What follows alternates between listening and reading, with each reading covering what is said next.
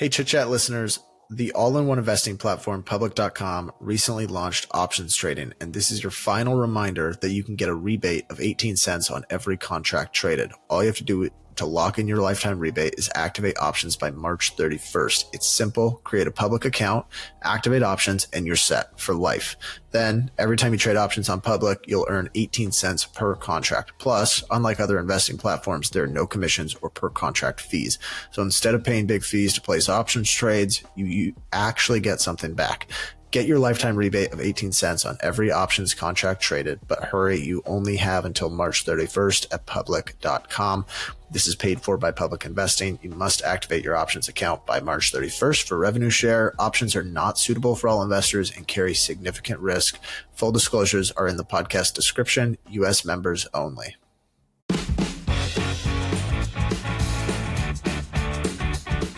Welcome to Chit Chat Stocks. On this show, hosts Ryan Henderson and Brett Schaefer analyze businesses and riff on the world of investing. As a quick reminder, Chit Chat Stocks is a CCM Media Group podcast. Anything discussed on Chit Chat Stocks by Ryan, Brett, or any other podcast guest is not formal advice or recommendation. Now please enjoy this episode.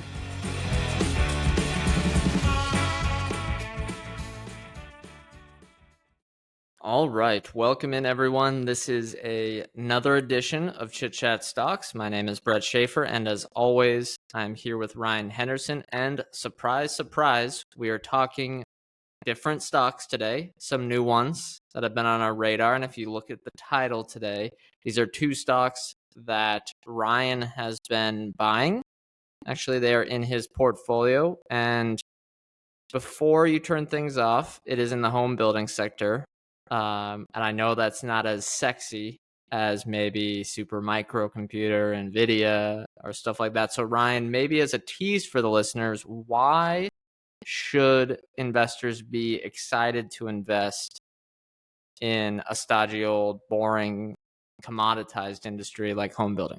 Yeah, well, after you give it that great sales pitch, it has had exceptional returns, and some companies in the space in particular have been, well, I know for sure one has been a 100-bagger, and there are characteristics here that if you are looking for durable multi-baggers that you don't sell for a long time, I think home building right now in particular is a good place to be fishing, both because of the multiples across the board, but also because the industry's changed a lot. So I'm going to talk a lot about that. And I've got three businesses in particular that I'm going to profile and give explainers around the business, my thoughts, why I chose to buy two in particular. And full disclosure, not buying right now. We have we have some rules we like to follow. So this is what I think the last time I bought was about a month ago.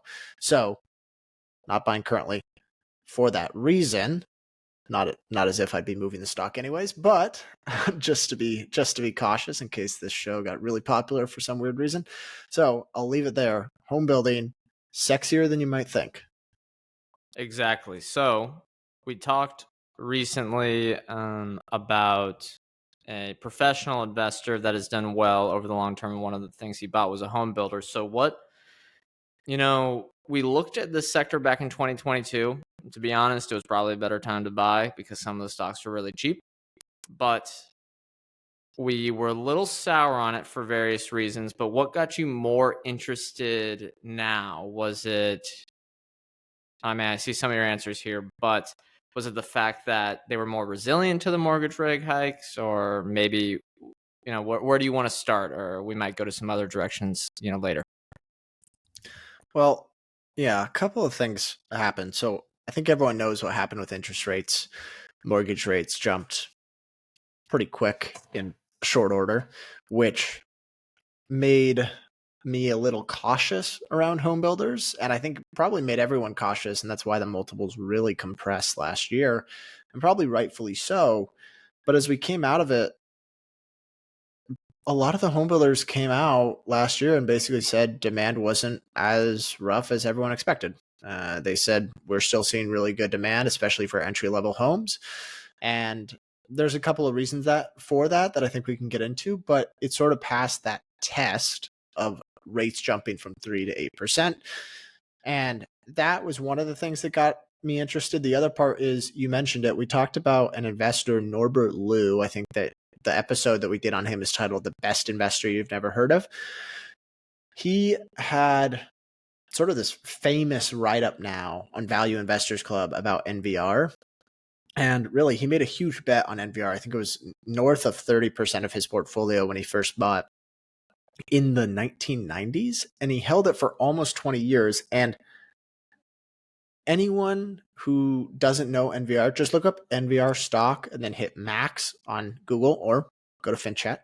And you're going to see that thing is a 100-bagger, and the performance has been ridiculous.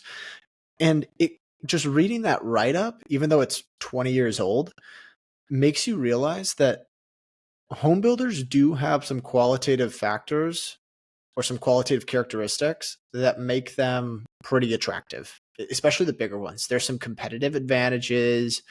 If they do things properly, they can generate good returns on the capital that they deploy. They've got plenty of room to invest capital because it's homes.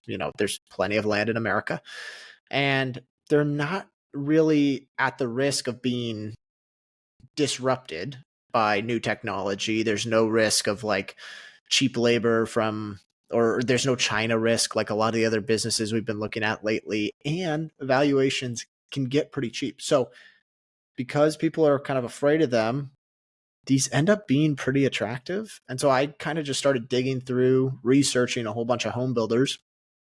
And I found 3 that were very attractive, a couple others that had some hair on them, but also pretty interesting. So the 3 that I'm talking about today are NVR, DR Horton, and Dream Finders Homes. And I'll go through all 3 of those. But really, I would say that's the big thing that attracted me, is they passed a test in that I think everyone's kind of heard that there's a home shortage in the United States, that we aren't building enough. And I was kind of hearing that going into 2020. I'm like, yeah, well, rates are 3%. Let's see what happens when rates jump and demand isn't so high, if there's still that same home shortage. And it seems like so far they have weathered that storm pretty well. The home builders have. So the home shortage feels legit.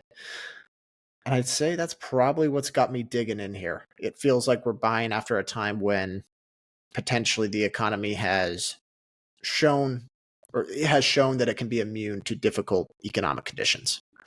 Yep. And the ones that you are talking about today, we have, again, NVR, DR Horton, and Dream Finders Homes. Just want to reiterate that for any listeners, that because I know a lot of the times when you listen to a stock analysis podcast, you want to look up the stuff that we're talking about.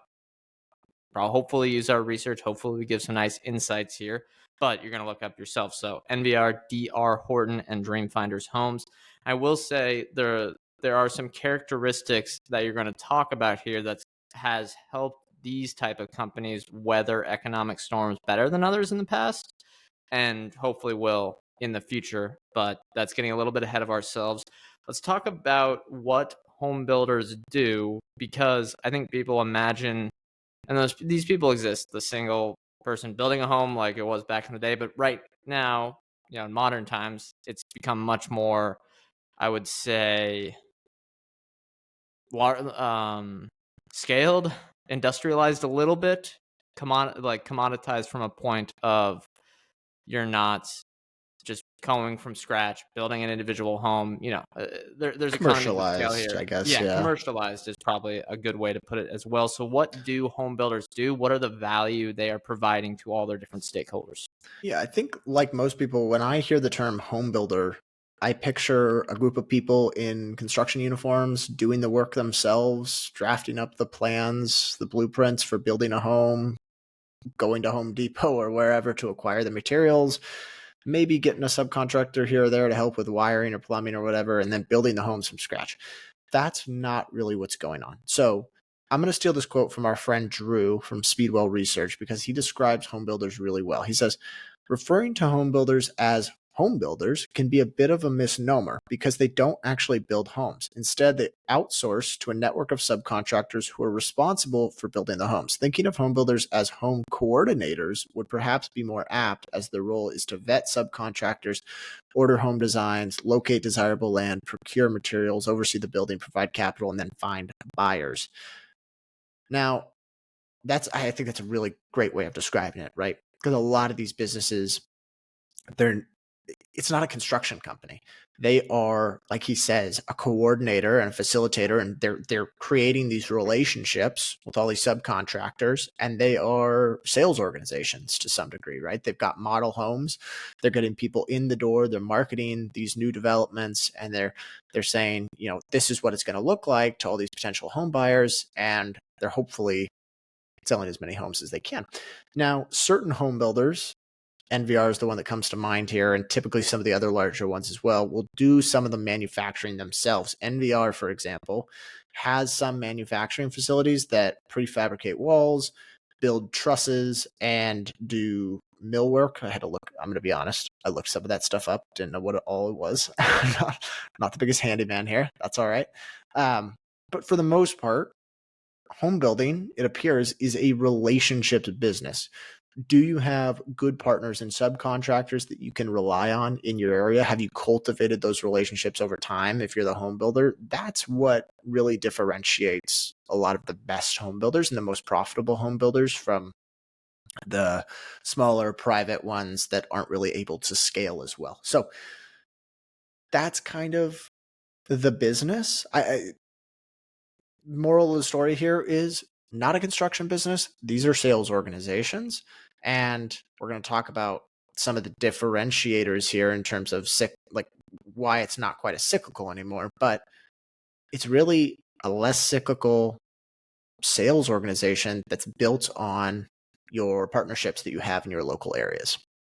Okay. And one of the things, and it comes back to what we talked about last week with Terry Smith, one thing that people worry about with a business that has to invest into a lot of inventory is it's capital intensive. You might have to take on debt to buy up a bunch of this stuff, buy up do all the financing because you're building a lot of physical spaces.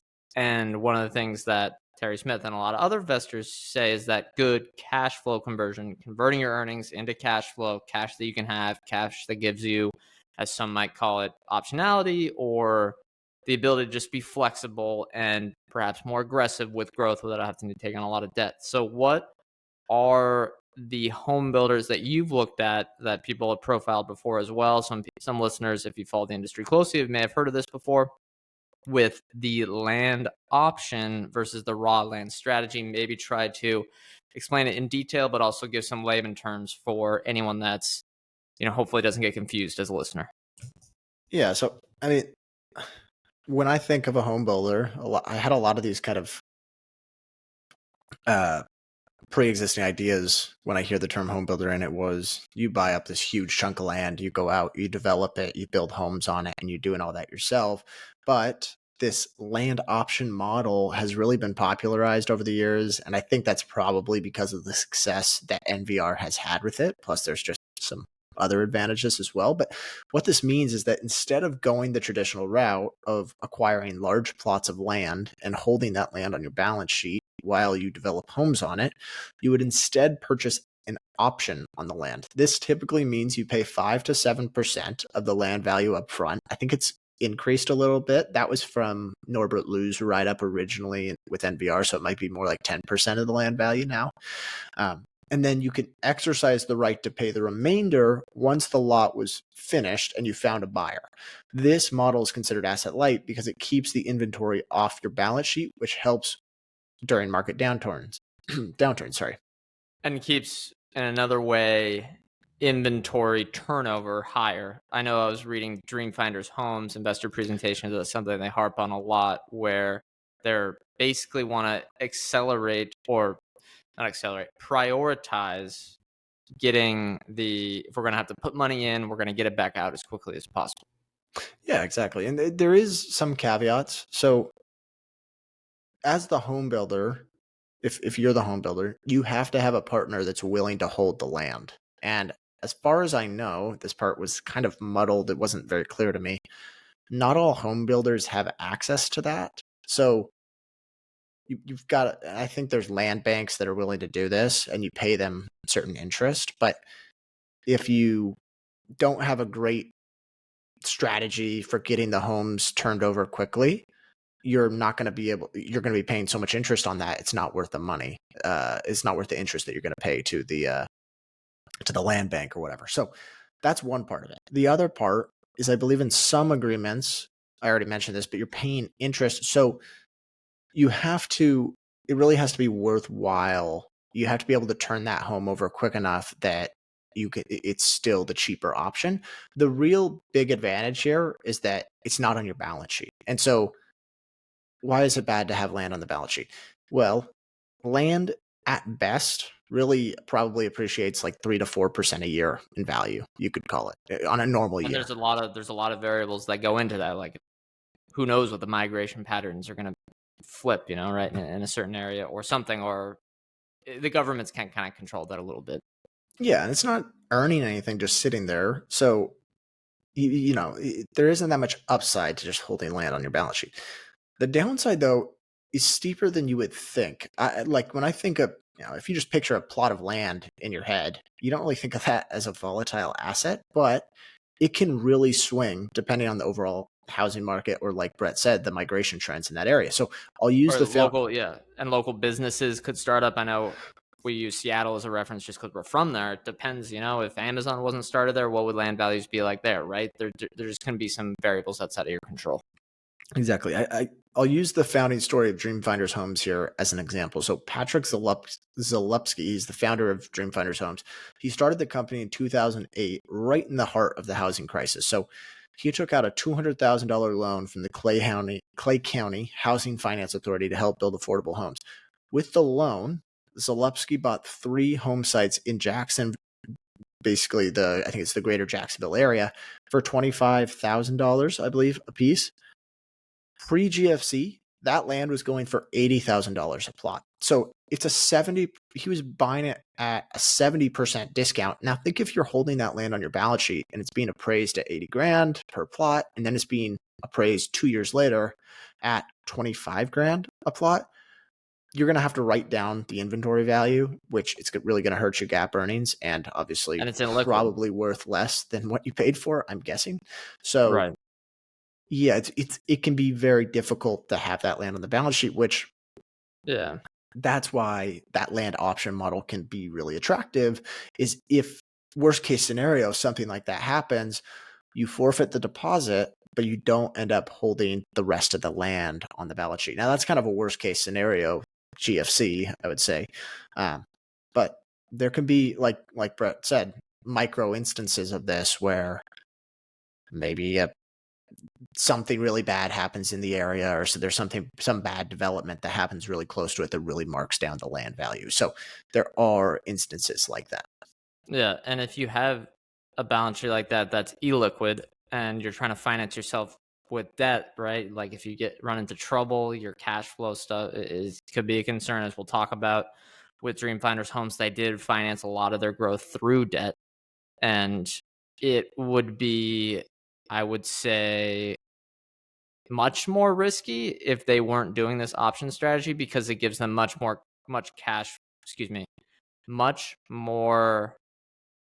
predictive cash flow. Of course, they're going to get hurt if the housing market turns, into a big down cycle, but they'll be able to weather that, hopefully, given this model much better than everyone else. Anything else on land options that you want to hit on? Yeah, one more thing. So my first thought here was, okay, this seems like a superior strategy. Why doesn't the whole industry just do this? And so I think I've kind of got that question answered, but this might not be 100% accurate. If you're in the industry, please feel free to reach out and let me know if I'm getting anything wrong here. But for one, you have to have a partner that's willing to hold the land. And I don't know if that's really that easy to find. So that's a big one. But then the other one here that I've heard people talk about is that some management teams just prefer to buy the land outright. Maybe they think they can identify better land plots better than competitors. Maybe they think they have a strategy that they can develop the land itself, the raw land, say there's trees on it, whatever. They can get it ready to put houses on it at a better cost than other people. So sometimes it can be cheaper to buy the land outright as opposed to the option model. So not everyone does it. And I think management teams know that there's some risk there, but some management teams are just willing to take the risk. So you really have to look at, if you're looking at a home builder, they'll say it in the 10K, most of them, whether they buy the land outright or they use a land option model. It's important to pay attention to that figure. Okay, now let's move on to competitive positioning.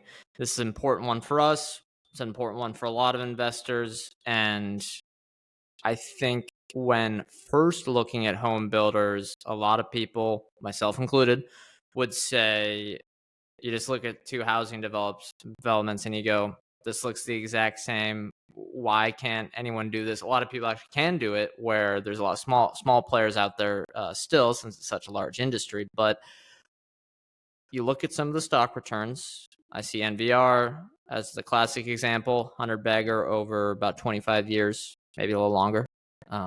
But generally that time frame, really strong performer. And if it was truly commoditized, I would think that the returns would be more like an energy, mining, whatever, really, really tough. It'd be hyper competitive, terrible margins, really low returns on invested capital and return on equity, which is probably, fairly important for this industry. Although I'd say that can be some companies like DFH or Dream Finders Homes brag about that. And I kind of go, I don't know if, you can manipulate return on equity, but that's a conversation for another day. To get back to the companies, why are some of these companies, do they have competitive advantages? Why are the bigger ones more attractive, in your opinion? Yeah, like you said, you see two similar developments. You think, how could there really be that much competitive advantages? Like how could there be this huge discrepancy in cost? But this really is an underappreciated aspect of the home building industry. And it's one that I couldn't appreciate for a long time. But when you are one of the largest players, and for reference, the largest home builders in the United States are D.R. Horton, Lennar, NVR, Pulte Group, and I think Toll Brothers is up there as well. You have a real advantage in your costs versus the little guys. So I'll go through a couple. Number one, you can buy land cheaper and better. And it kind of sounds funny, but you can buy bigger plots. So you're probably getting, if you're taking a huge chunk of land off of whoever the owner is, you're probably going to get a per plot value that's cheaper than taking just one of the plots or whatever. So you're getting cheaper plots than other people because you can afford that. But you're also more likely to have the land bank partners that are willing to option you the land. So it's a little bit less risky. Like I said, you're getting better, cheaper land. That's one competitive advantage. Second one, you get better rates from subcontractors. So this is one that I didn't appreciate either. If you think about it from the subcontractor's point of view, when you have a company like a D.R. Horton, where they've bought up these, or let's say they optioned this land, and it's being owned by some land bank, and it's got 40 houses in this development, and a lot of them are the same sort of blueprint. You can go in from house to house to house with little to no downtime, especially if you're like a specialized subcontractor. You just have to do one thing on the house, whatever. You can go in, little to no downtime, same with your workers. You're not wasting a whole bunch of time. You take all your materials to the same place. You're not going from driving from place to place and wasting all this time. So it's way more efficient for the subcontractors. You're probably going to get a better rate from them. Third one here, your materials are cheaper per unit. So Ed Wackenheim, he did this interview recently on D.R. Horton and used this example. He said, Horton buys its appliances from Whirlpool. They are now buying 90,000 dishwashers a year. They used to buy 30 or 40,000. They are getting a better price. Chances are, if you're Whirlpool and you're getting 90,000 dishwashers order, you're probably going to give a better rate on those dishwashers than on a per dishwasher basis than whatever the smaller mom and pop player that's trying to build a house themselves. So there's those structural cost advantages, and those you can see them in the gross margins. DR Horton, Lennar, these guys have higher gross margins than the smaller private companies. Then there's also the generic scale advantages. So think about anytime a company gets larger, if you've ever been a part of a company that grows, you can spend more on marketing. You have cheaper access to capital, probably as a public company. You have just more resources, more employees to cover more ground. It's just, there are some inherent scale advantages. Before we move on, we want to talk about our friends at finchat.io. Finchat.io is the complete stock research platform for fundamental investors. Beyond having all the standard financial data for companies around the globe, they also have company-specific segments and KPIs on over 1,500 stocks. So if you want to see Amazon's AWS revenue over the last 10 years, or you want to track Match Group's paying users, maybe you're curious how many stores Sprouts Farmers Market added last quarter, FinChat tracks all those KPIs and literally 500,000 more.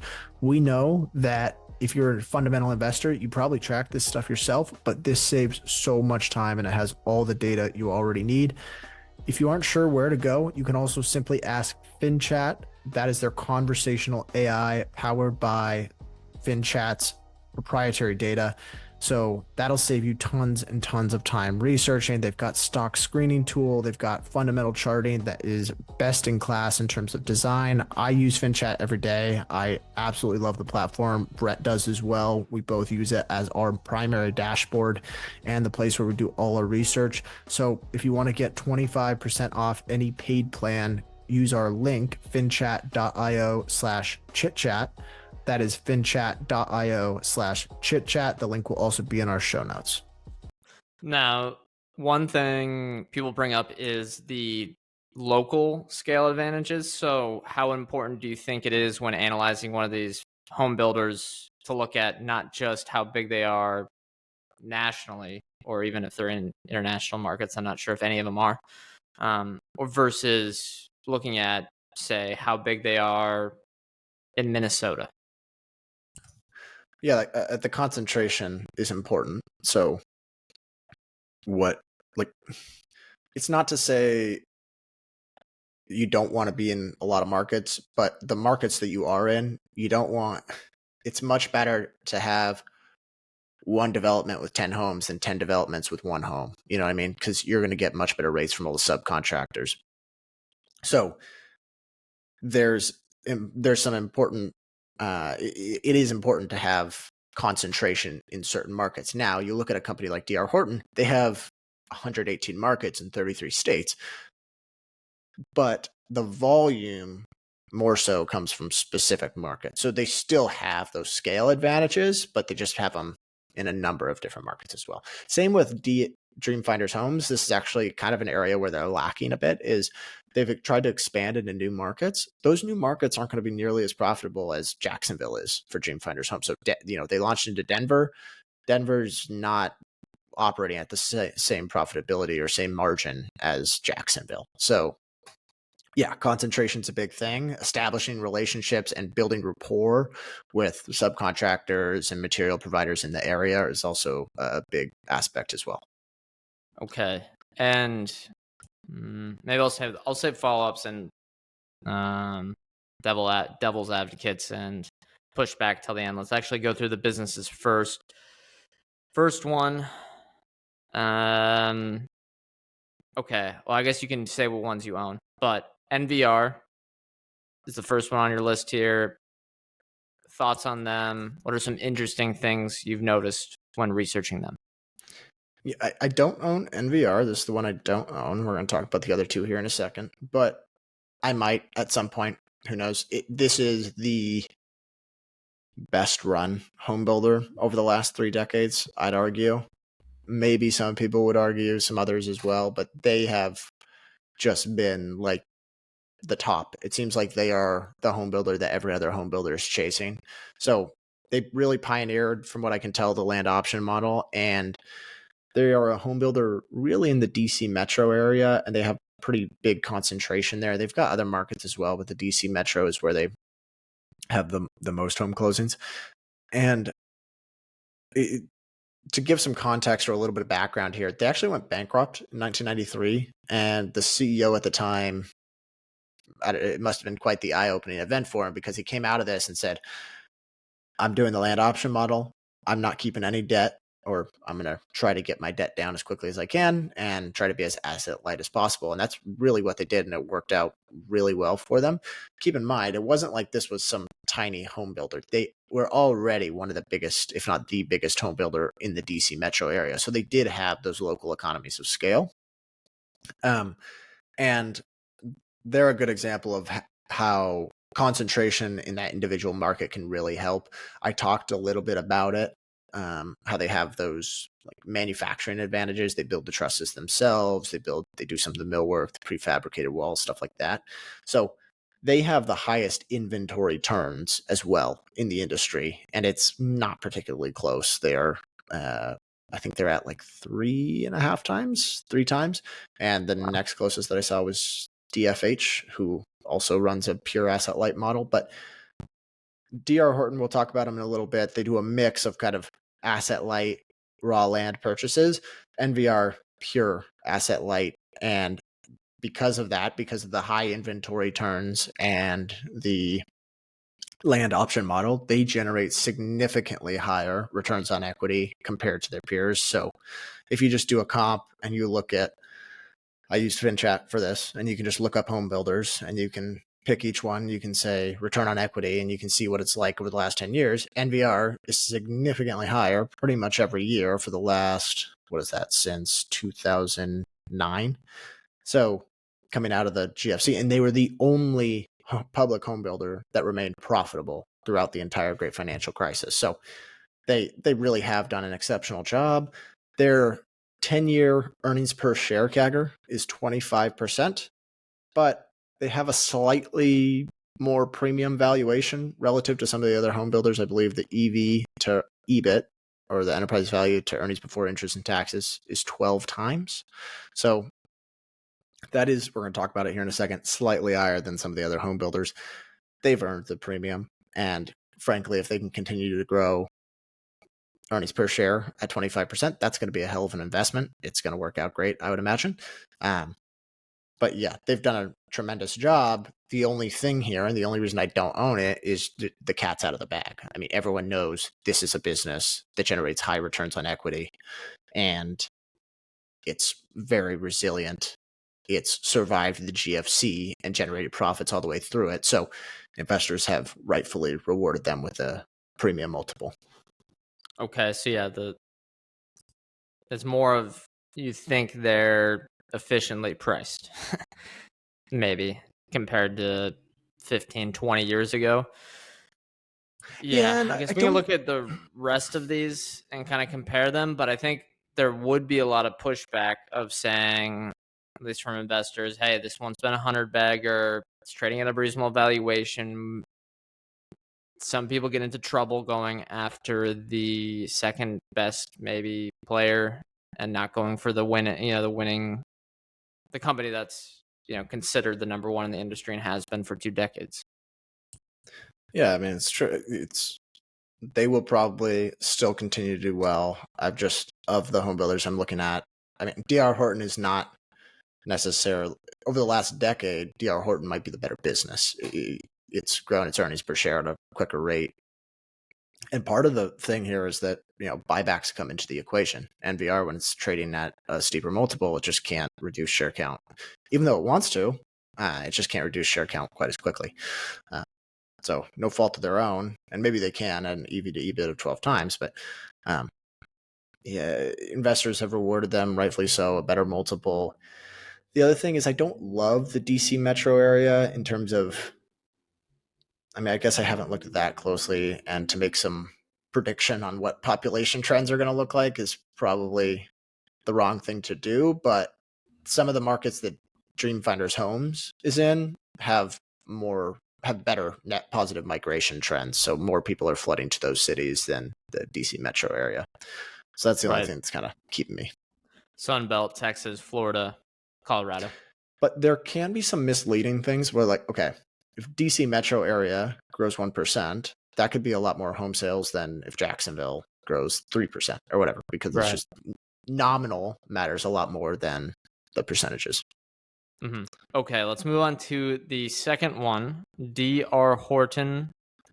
What interests you about this one?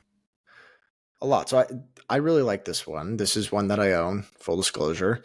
They are the largest home builder in the US by volume. Last year, they closed 85,000 homes, and they sell primarily entry level homes. So 70% of their homes are below 70% are below $400,000. I mentioned it earlier, they sell in 33 different states, but 50% of their volume comes from the South Central and Southeastern markets. So basically anywhere from Texas to Florida. But make no mistake, this is a national home builder. So anything that affects really the nation at large will probably affect DR Horton. This is one of the businesses in the industry that seems to have undergone the most change over the last decade. So I'm sharing this chart in our document, and if you want to see that, we post them to Substack, and you can feel free to look at that afterward. But it's a lots option versus lots owned chart. And Brett, maybe you can pull that. Maybe I can find a way to pull that up and share it on screen here. I can do that. Okay. It's on FinChat. And I just basically asked the data team to put this in so that I could put this chart on our file here. But really, they have moved from a predominantly land heavy model to this newer asset light model, and also really optimize their inventory turns in the meantime as well. So Brett's sharing the chart now. You can see in September of 2012, lots owned was, it looks like 2/3 of the total lots controlled versus 1/3 for lot options. Today, it's more than 75% of the lots that they control are lots option versus lots owned. So they've made this entire shift to the asset light model. And there's always going to be probably some level that they choose to own instead of option because maybe the situation calls for it. For example, I know they'll sometimes buy up smaller home builders just because they can get the land at a discount that way. So they'll do that. But it's really helped them improve between the higher inventory turns and the asset light model. They've really improved their returns on equity over the last decade. So over the last 5 years, DR Horton has averaged a 27% return on equity. That's starting to close the gap there with NVR. And Brett mentioned this. Some companies can certainly massage or find ways to juice that return on equity at the risk of other elements of their business. Because basically you can take on more debt and you can juice the returns on equity. That's not what's happening here. The net debt to EBITDA for DR Horton has declined from 3.3 times in 2014 to 0.4 times. So to kind of summarize here, business model shift has made them more asset light. They have those competitive advantages that I talked about earlier, where they've get better rates. They have significantly higher margins than the smaller players because they have inherent cost advantages. They are turning a lot of that income into true cash flow, and they've de-levered in the process. So lots to like, and the cash flow they can plow into buybacks, which is what they've been doing. So over the last couple of years, they've accelerated the buyback program a bit, reducing share count by about 3% a year. And for them, it's a choice, right? Do you want to put that money into new land options, or would you rather buy back shares? Now, the management team here has decided that they're going to err on the side of caution and continue to put money into the new land options and also deleverage. But Ed Wackenheim, who I think is on the board of DR Horton, said he's been imploring, I could be wrong by that, so don't quote me on that. He's been imploring the management team to start buying back more shares. So maybe him being vocal about it will help them start to juice that buyback program. But the point is, there's room for them to buy back a lot of stock now that the cash flow is legit. If we look at the last 10 years, their earnings per share has grown at 27% annually. That's slightly higher than NVR's. And their EV to EBIT is 9 times. And they're not really that levered. So EBIT's not the worst proxy in the world for cash flow. I think there's just a lot to like here. It's durable, very little innovation risk, and the business model is very different than it was during the GFC. So I think if we had a downturn, it's a business that would still be profitable. Right. That is interesting to see that the balance sheet's much more cleaner and they're getting that cash flow conversion. So, the various scenarios that we could go through, one, if we go through a tough downturn in the housing market, they should be more resilient, as you just mentioned. But second, if things keep going as we are, they can start reducing share count or pay out a dividend or whatever the combination is at a higher rate per year. Instead of 3%, maybe bump it up to 6-7%. And that could really help with returns going forward. Okay, last one. This is a smaller one. Just went public 2 years ago, I believe, or maybe it's 3 now. And it's called Dreamfinders Homes. Ticker is DFH. I know NVR's ticker is NVR. DR Horton, I believe, is DRH, but let me confirm that. DHI, for anyone that wants to look these up. Yeah. But yeah, Dreamfinders Home, as you already said, is one of the ones you do own. And why is that? Yeah, to put some context behind its size, this is 7,000 home closings, a little over 7,000 home closings last year versus DR Horton, which delivered almost 90,000 last year. So it is much smaller. They've got about a $4.5 billion enterprise value. And I think it's the smallest one I've looked at in the home building space so far. And like DR Horton, they sell primarily entry-level homes. So, well, entry-level and first-time move-up. So the average selling prices are a little lower, and they operate in the Southeast and the East. And I've got a map here, kind of a heat map in terms of where their markets are, but it's really kind of throughout the Carolinas, Florida, and then they have a market in Denver, and they've moved to Texas as well. So they're a little more spread out than a company like NVR, which has these huge scale advantages because of their concentration. So Dreamfinders Homes does not generate the same sort of operating margins that DR Horton and NVR does. However, Brett's sharing a chart here. They have grown at a breakneck pace. So in 2008, I mentioned that Patrick Zalewski bought 3 plots of land last year.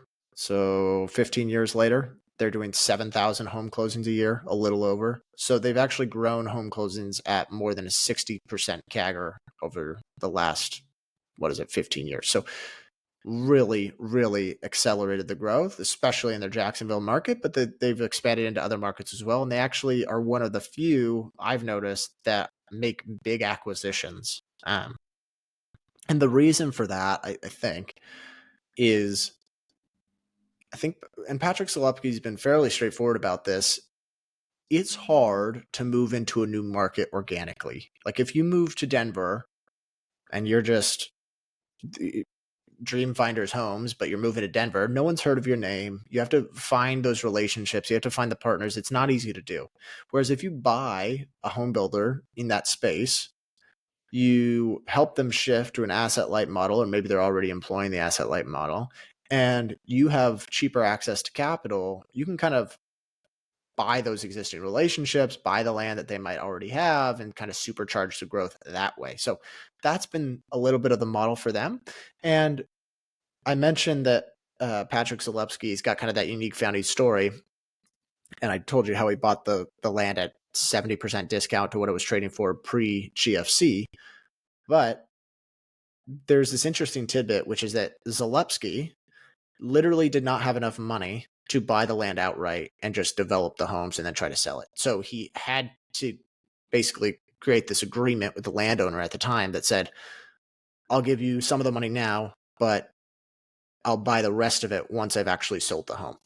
And that was the beginning of the asset light model. Since that time, there's actually kind of this unique story where it was him and a partner, and he really loved the model. It was working really well. And there was like this program in Jacksonville for the affordable housing that was a place where they could deploy a lot of capital.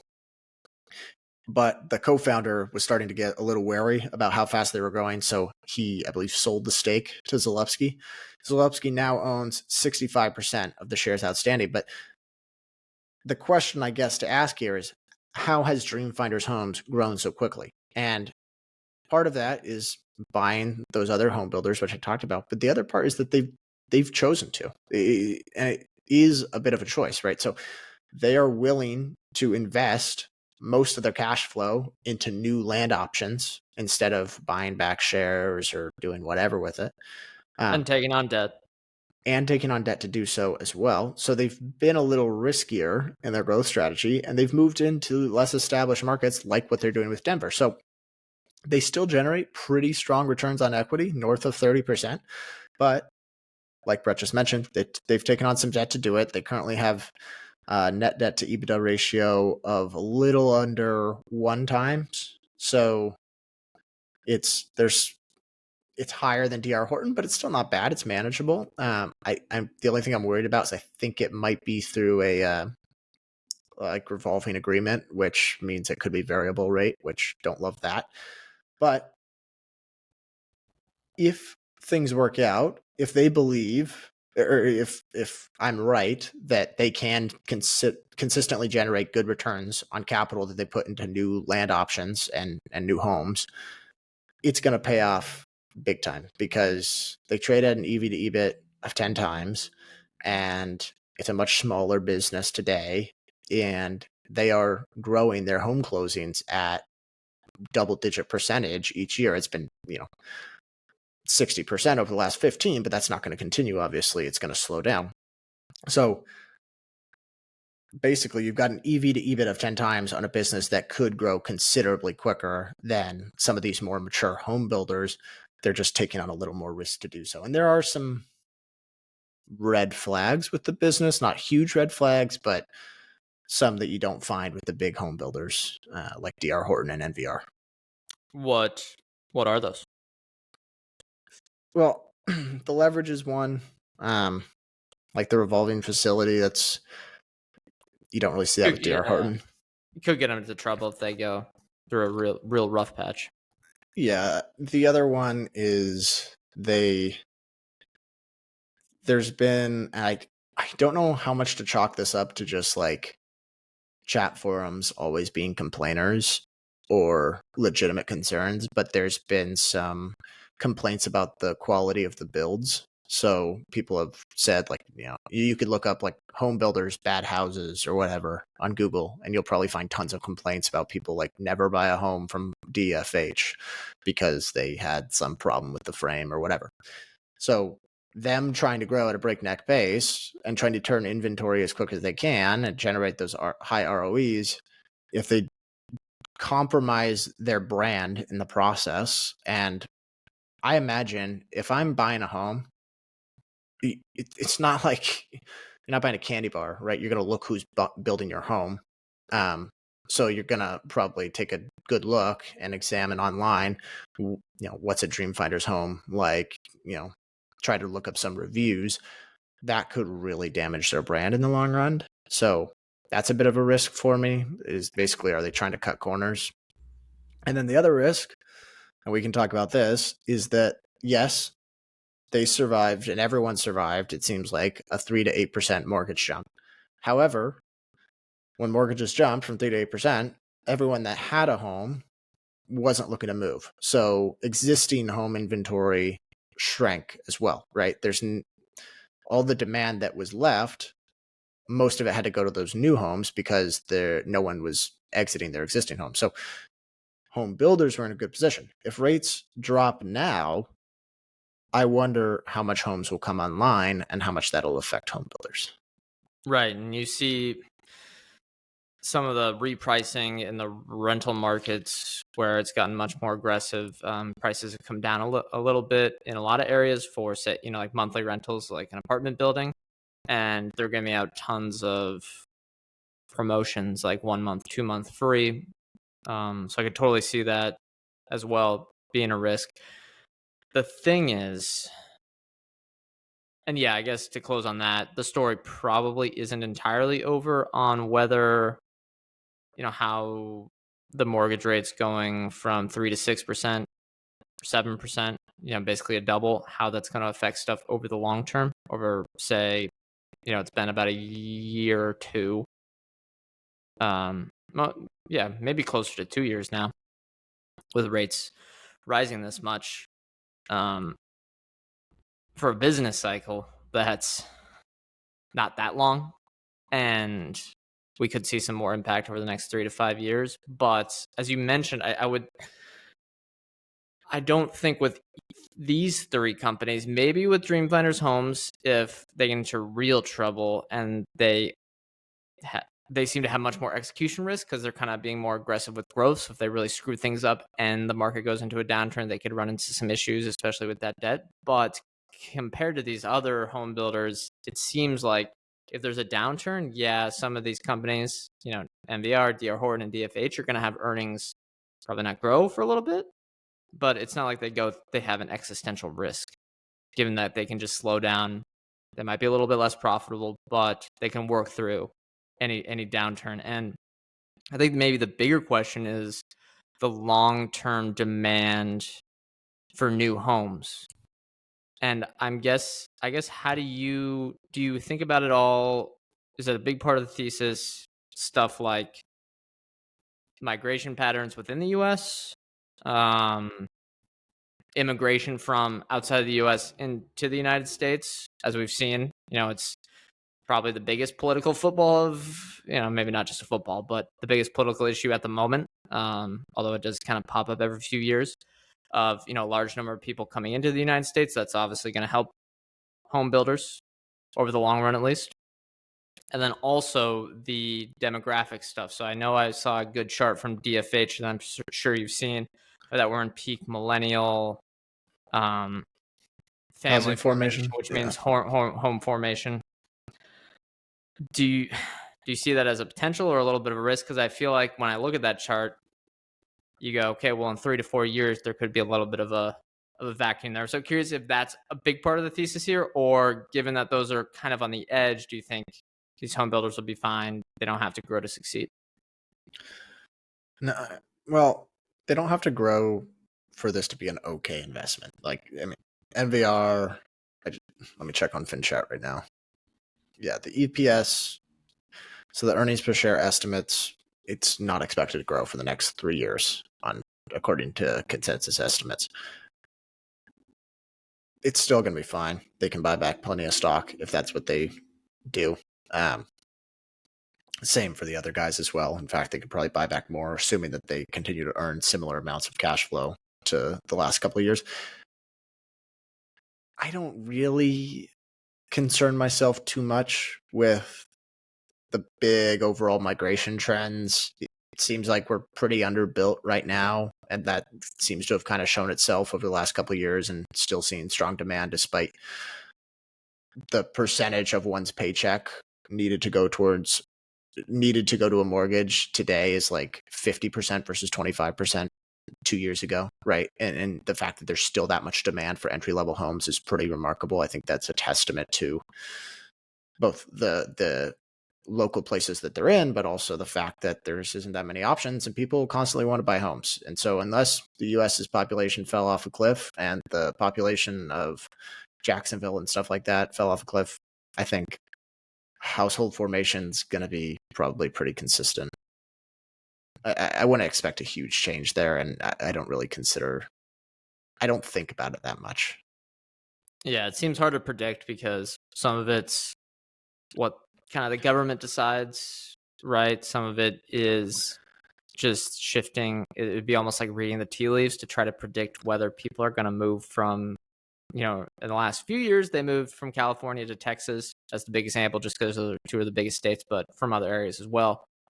Like, if someone asked, okay, are people going to be moving more to California or Texas in 5 or 10 years? I would have no clue because it kind of just shifts randomly. No, so I guess that's maybe a lot of the data's the biggest sales pitch to move right now, but it might, what? It's hard to predict. Repeat that. I was saying, for some of these companies, it's helpful for them right now if they're in these areas, but betting on that being your whole thesis is probably at the edges and maybe smaller than people think. I would guess most cities, the big cities, kind of continue to grow, especially the urban areas around it. And you think about like a market like California, what's the best sales pitch for California? Oh, people are leaving. Oh, finally. All right, that's good. It's like Disneyland. Right. It's like the lines are shorter at Disneyland. Oh, okay, time to go. So Right. I don't know. I think people concern themselves too much with the population trends. Here, I'm going to summarize it like this because I saw this was the opening line from a Value Investors Club write-up for DR Horton. So, and I think it summarizes the entire opportunity pretty well. It says, in today's market, it seems that companies with above average growth, high returns on equity, and good balance sheets come with the expected burden of very rich price to earnings multiples. One industry presents the combination of 20 to 30% returns on equity, net cash balance sheets, double-digit earnings per share growth, and little threat from technological disruption or aggressive Chinese competition. And that said industry is trading at 10 times earnings. I think that's enough for me to be convinced, honestly, that companies like DR Horton are going to be just fine, probably NVR as well. So I like the only thing with Dreamfinders Homes is a little smaller for me just because there's a little more higher risk, higher upside here because they've got some more debt on them than some of the other companies. But like DR Horton, it's mostly asset light at this point. So even if the population trends or the demand trends turn down, it's not like this is becoming a zero. They're going to be just fine. And they've got cash to weather the storm. Okay, let's close things out.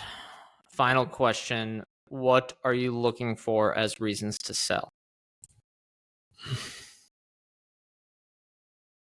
I am a never sell guy now, I think, is the camp I'm in. I make that like half jokingly. If Okay, I that saw means that you wouldn't buy any more. What would cause you to not buy any more?